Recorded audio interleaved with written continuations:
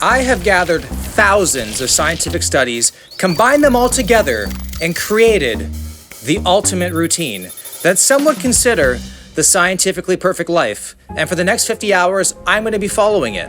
Why? Because my life is far from perfect, and maybe there's something in here that I could bring back to my regular life to make it just a little bit better. Let's let the science class begin, starting with a morning routine. Now, for a morning routine, I'm not interested in doing some sort of like a Navy SEAL Hell Week type thing. I'm not hopping in a cold shower. I'm not getting in a cold plunge.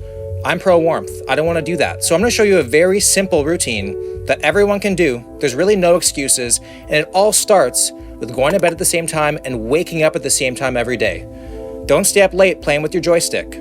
Get to bed. Sleep is literally the most important thing, which is why tonight I have the most insane plans for sleep tonight. The next thing we want to do is immediately brush our teeth.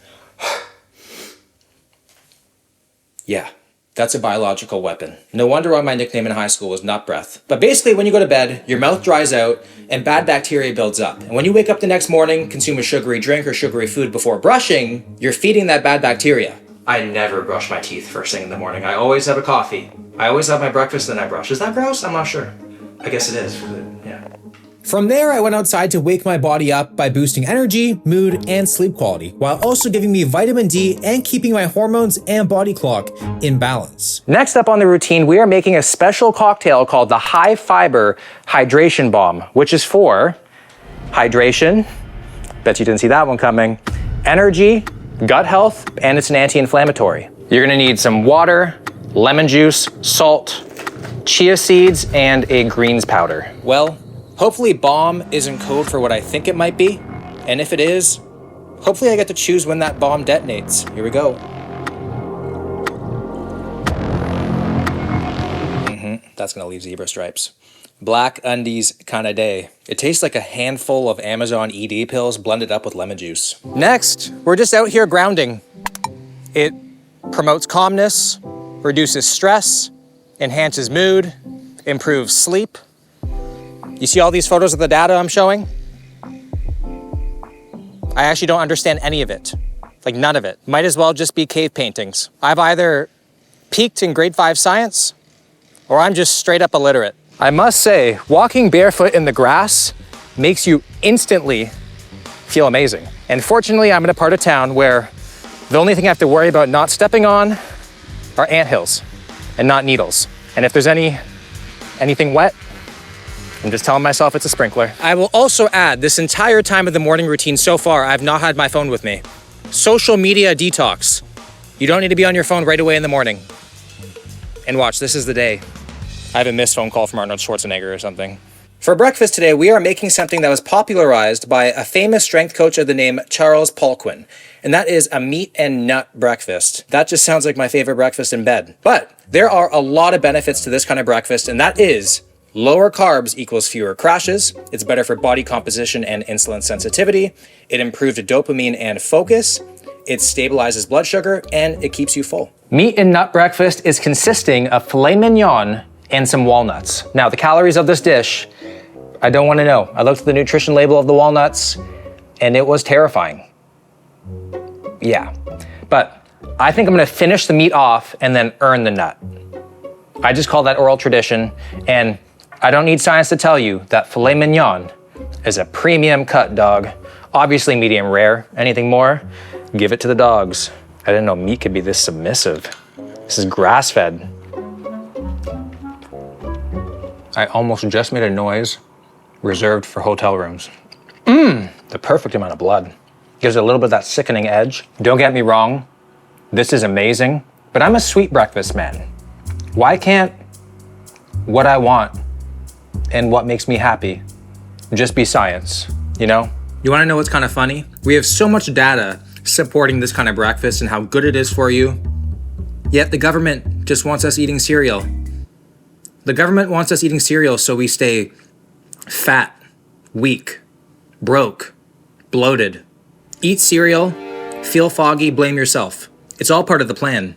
What's the plan? I'm not entirely sure. None of us are sure, but there is a plan. Nothing says population control quite like Tony the Tiger. I'm just putting that out there. There's a plan. Walnuts are the real deal. There are so many health benefits for walnuts specifically. It's the apex nut. So this nut should give me clarity that monks meditate 20 years for. All right, here we go. It's been a while. Kind of reminds me of an old man in a hot tub. A little bit of a tan, wrinkly, surprisingly creamy finish. Very earthy too. I can already tell it's gonna keep me a lot fuller. The other day I DM'd Andrew Huberman and I asked him if humans could only take 4 supplements, what would they be? And he didn't answer me. So there must be a lot more interesting things going on in the DMs, Andrew. Anywho, I did some research on my own and I found that the 4 supplements you should take are creatine, magnesium, omegas, and vitamin D. So this is what I'm gonna be taking.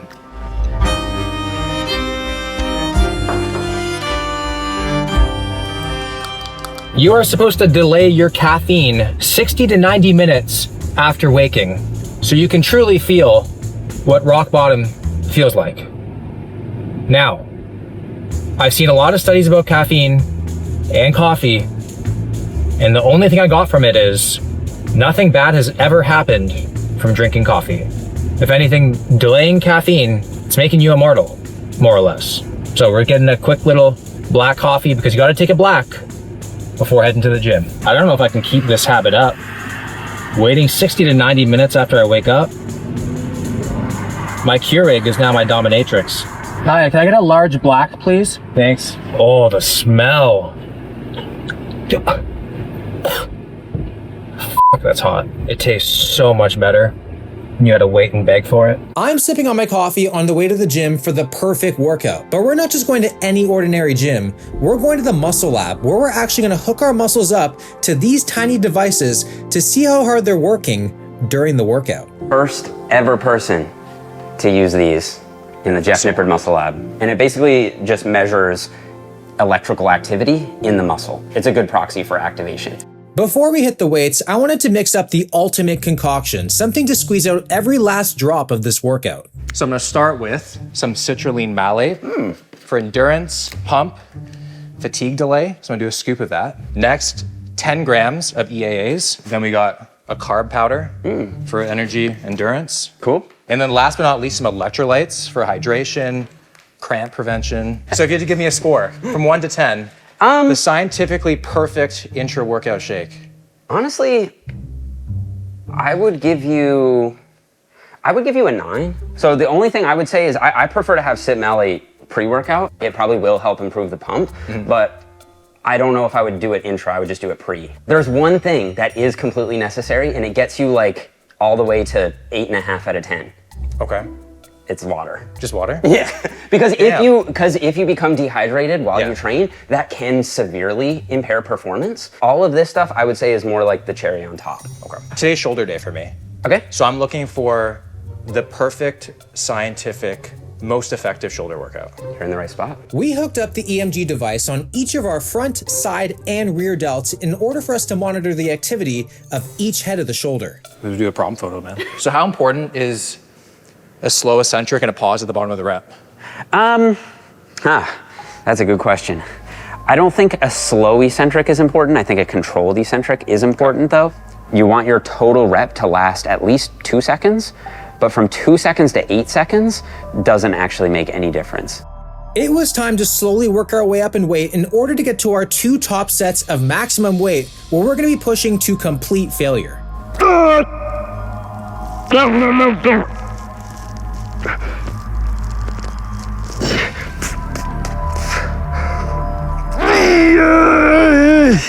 Nah. More. Control these last rep or these last couple. Drive it, drive it, drive it. Finish it. The shoulder press is usually thought of as mainly a front delt exercise, but interestingly, both Jeff and I felt significant lateral delt activation. In fact, I actually felt it more on the side delts than the front. So your lateral delt was 132%. Super high. Your front delt was 112%, so they're pretty close. You actually had more lateral than front on the shoulder press. What? Yeah. With the side delt, is that enough of a percentage of activation to be worthwhile doing? Now what we're gonna do is we're gonna compare it to lateral raises and see. For side delts, we're actually just gonna do a dumbbell lateral raise. Okay. So normally I'd go for cables, but I think dumbbells work really well too. There was a recent study that showed no difference in hypertrophy between cables and dumbbells. And so I think the best practice is to use both. When it comes to rep ranges, generally speaking, I think for hypertrophy, you wanna be 6 to 10 reps. 6 to 10? I'm gonna call that failure, Will. Every rep the same. One more. Yeah, that's your number. Good job, man. Woo. Nice set. Thanks. That's good. Let's see. It feels just as much the side as the shoulder press, actually, which is weird. Look at the lateral activation on Will, 158. Yeah. You cooked me on that one. Oh. Congratulations. Your rear delt's pretty high too, yeah, definitely way higher than mine, and you don't have much front. So I guess either the way your anatomy is set up, or maybe it's a technique thing, you're getting way less front than me, and you're getting significantly more rear than me. It's pretty interesting. Even with the most optimal exercises, everyone experiences them completely different. That's why it's so important to find the movements where you personally feel the most benefit. So a 6-set shoulder workout doesn't sound like a lot, but that's enough a couple times a week? Yeah, I think so. I think if you throw more volume at your shoulders than that, you're getting close to what some might call junk volume territory. Right. I don't necessarily think it's like junk volume and that it's useless. It's just that you get severely diminishing returns with adding more volume. And at a certain point, you're kind of just wasting your time, to be honest. Like for the vast majority of people, I'd rather see them do 2 sets per exercise that are actually executed well, meaning good technique and high effort, than like 3 or 4 sets where they just kind of come in and heave some weight around and get a pump. Like it's infinitely better to do more quality volume than just more total volume. So you must be wondering why I'm at the grocery store and not rushing to get my meal in. That's because the anabolic window doesn't exist. Contrary to popular opinion, you don't need to get your nutrients in within like 10 to 20 minutes of training. In reality, there's about a 5-hour window that brackets your pre-workout meal and your post-workout meal. So in terms of post-workout nutrition, as long as you're getting your meal in around 5 hours after you ate your pre-workout meal, you're good. So all this idea about like spiking insulin and like all the fast digesting carbs and everything, it's kind of bro science for bodybuilding. The only study you'll find supporting it is probably on the label of some sketchy mass gainer. So unlike the Easter Bunny, Santa, the Tooth Fairy, my life actually improved once I found out the anabolic window wasn't real. All that time rushing home to choke on some dry meat was for nothing.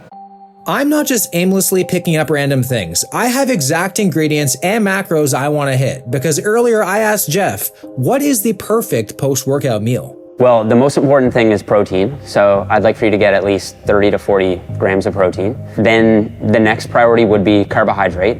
That's not that important, especially if you had carbs in your pre-workout meal. The thing with glycogen is it will replenish, generally speaking, within 24 hours anyway. So unless you're doing full body training, where you're hitting every muscle on consecutive days, there's really no urgency to that. But as a general rule of thumb, around 0.5 gram of carbohydrate per kilogram of body weight. And then fats, again, since there's no real urgency for absorption, it doesn't really matter a whole lot. So, you know, the traditional wisdom was to keep fats low in the post-workout meal, but that's just to increase carb absorption. If there's really no rush to get the carbs absorbed, then it doesn't really matter if you have a lot of fat. Okay, so that's the theory. So what do you actually eat, okay? What I might do as a post-workout meal would be a chicken wrap.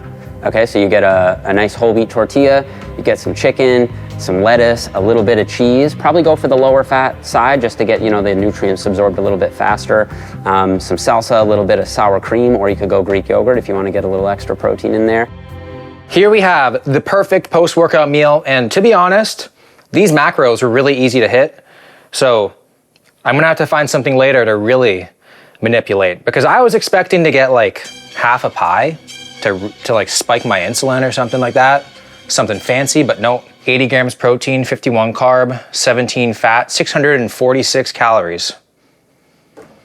The heck was with this science, man? The anabolic window might not exist, but we still live in a calorically limited prison that we call Earth. tastes like the whitest Mexican food ever. Somewhere, a Mexican grandma felt a disturbance in the force. It is also a little after 3 p.m., so the meat and nuts filled me like no other. This is actually pretty filling too. The lettuce is stupid though. I'm stressed, you're stressed. Yes, you are. Don't lie. And that's just part of being human. It's okay. But according to science, there are some very easy, low-hanging fruit things that you can do on a daily basis to greatly reduce your stress levels. And I'm gonna test 4 of them. Test 1, gargling salt water. This apparently helps activate the vagus nerve, which helps calm your heart rate, lower blood pressure, and reduce the physiological effects of stress.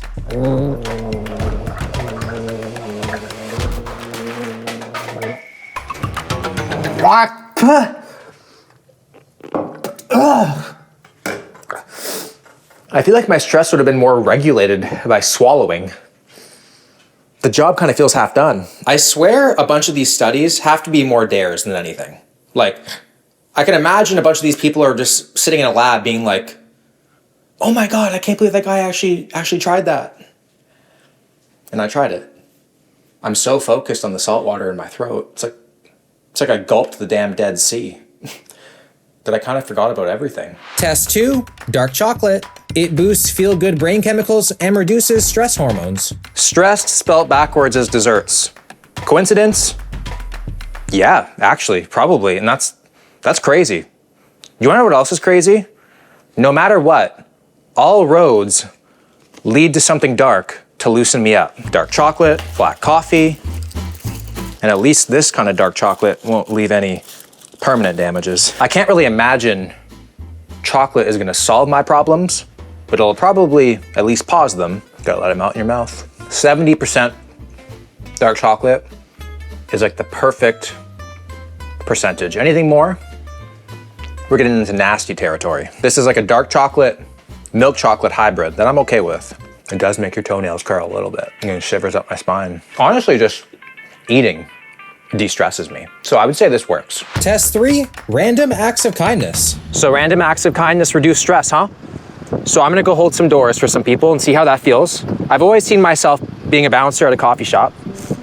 So let's see. When you do something kind, your brain releases oxytocin, dopamine, and endorphins. These not only make you feel good, but they also lower stress hormones like cortisol.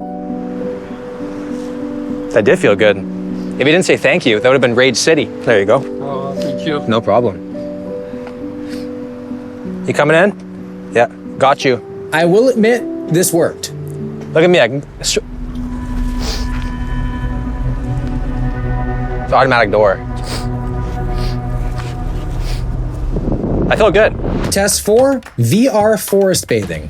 What? This is supposed to mimic nature's stress-reducing effects, but realistically, I think it's because you're escaping reality. The fact that I'm in virtual reality to de-stress is kind of stressing me out a little bit, but I will say, it's nice and calm out here.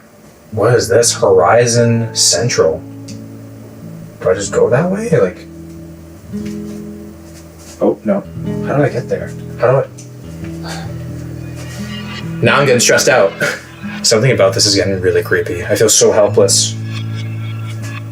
Oh, I like that. I like that. VR is like the one place where I could actually grow a full beard. Oh, for the camera. Oh shit. Having a very disturbingly early and light dinner this evening. It's just after 5:30. I like to be tossed and turned in bed. I don't want to be tossing and turning from being hungry.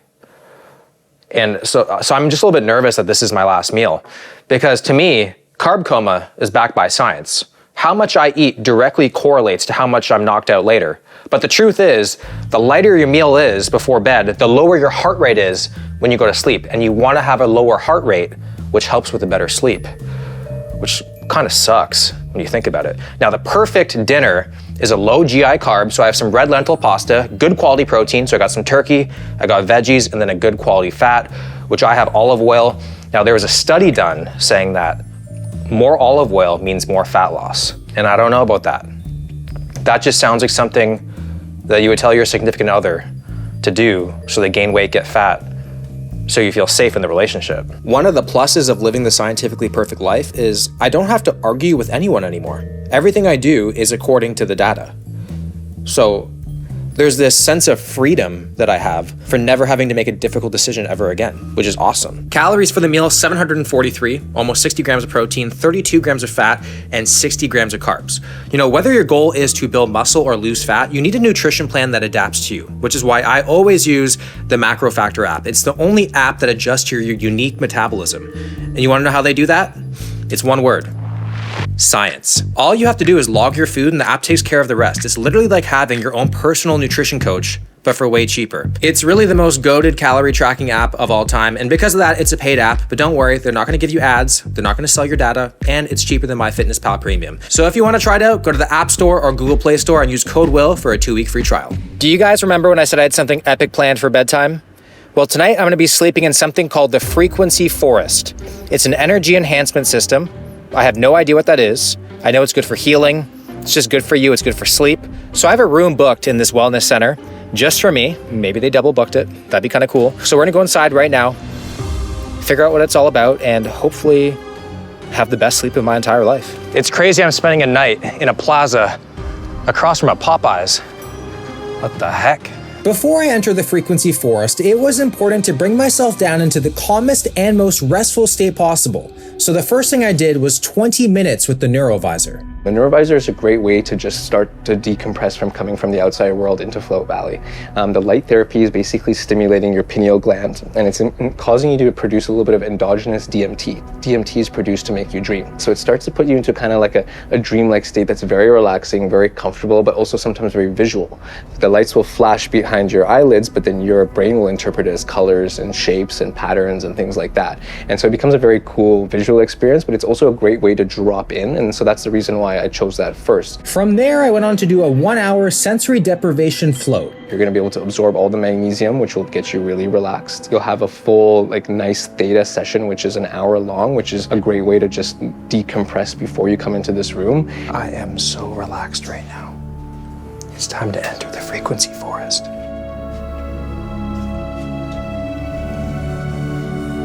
The Frequency Forest is basically this room that we've created here at Float Valley. The energy enhancement system are the TV screens that you're seeing on the walls. The TV screens are 4 towers that are in the corners of the rooms.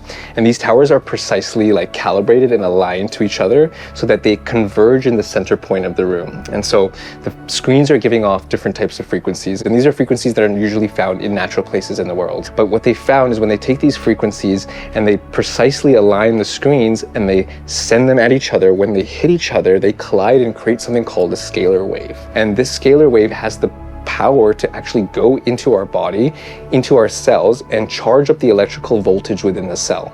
And so healthy cells are somewhere around a 70 to 90 millivolt voltage. When you start getting down to a 20 to 30 millivolt cell, that's when you're seeing cancer cells. And so anywhere in between there, ailments are there, there's pain, there's disease, you get an injury, the cell starts to lower its energy. What the system does is this sends the scalar waves into your body. The scalar waves are then able to charge your cells back up to that 70 to 90 millivolt range, and the body can start to self-heal and self-regenerate itself. I've either entered the chillest rave ever, or I'm about to be uploaded into the Matrix.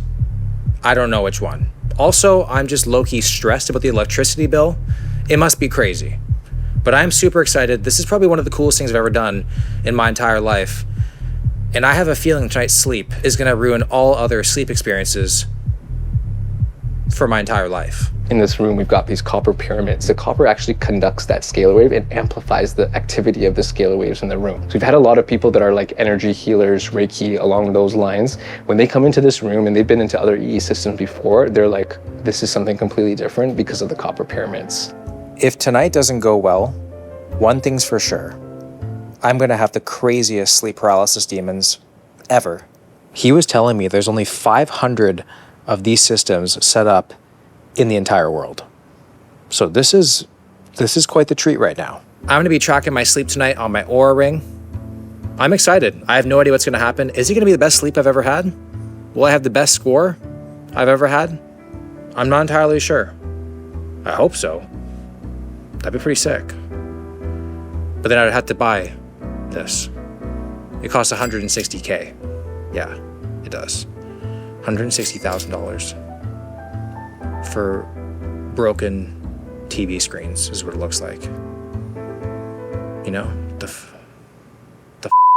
Our number one clients here are chronic pain patients. My aunt specifically was one really good testimonial. She had torn her ACL, and she's very skeptical about like things like this. And so when she came in, she was like, "I'll give it a shot just because you're my nephew." But she came out. She was smiling. She was laughing. She's like, "My pain is completely gone. I've been trying to work on this I've taken so many medications. I've done so many things, and it's gone." And then it started to slowly come back. She came in 3 times that week. She never came back, and it was gone. So I'm like, yeah, for pain, for recovery, if you're sore, if you're insomnia, like literally across the board, I'm seeing benefits for everything. I would consider this to be holistic wellness. And when it comes to holistic wellness, if you believe it's working and you want to believe it's working, it's going to work. So that's kind of where my head's at. I think that this is going to be a game changer of a sleep. See you all in the morning.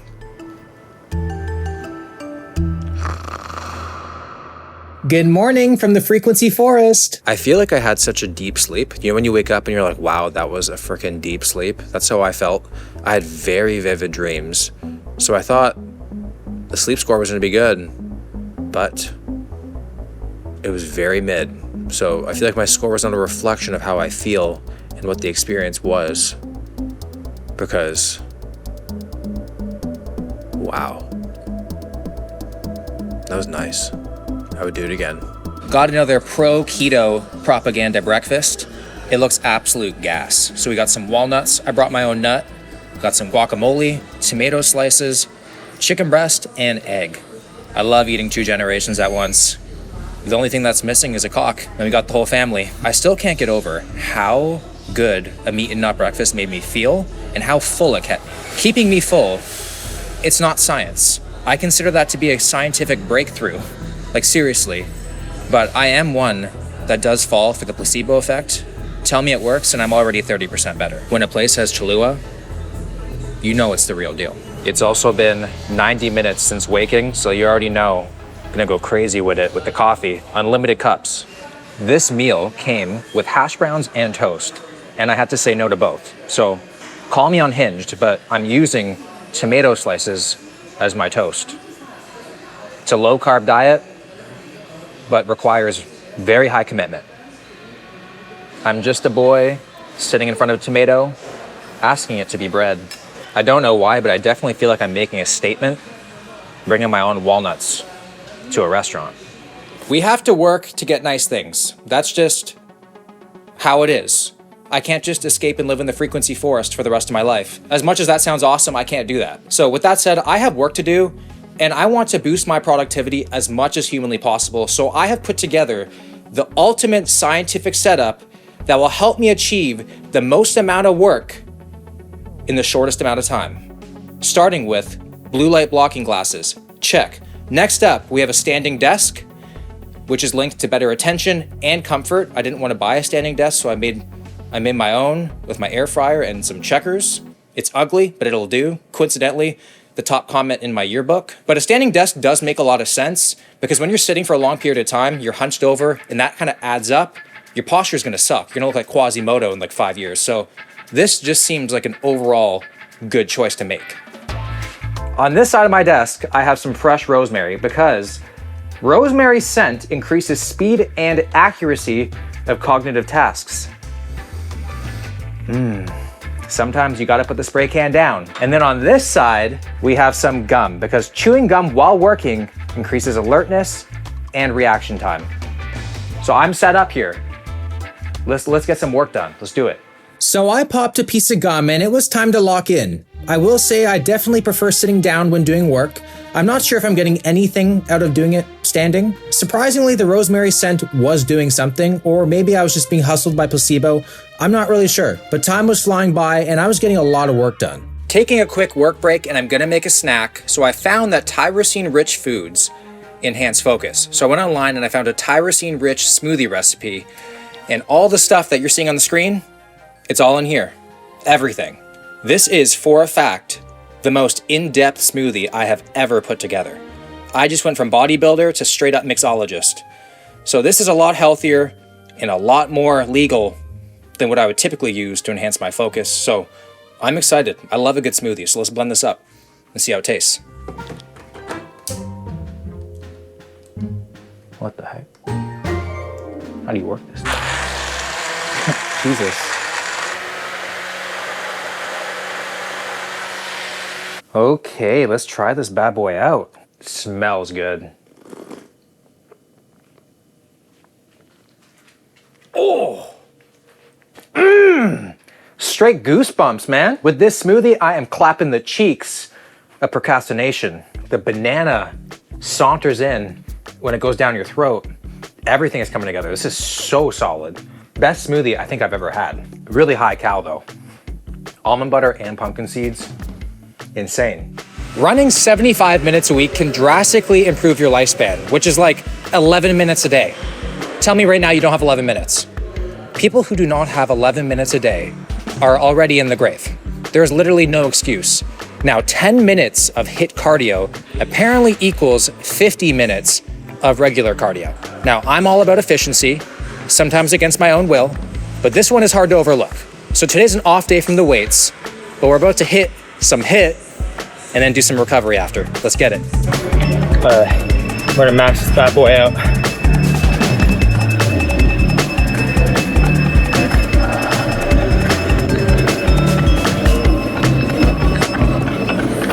Oh shit.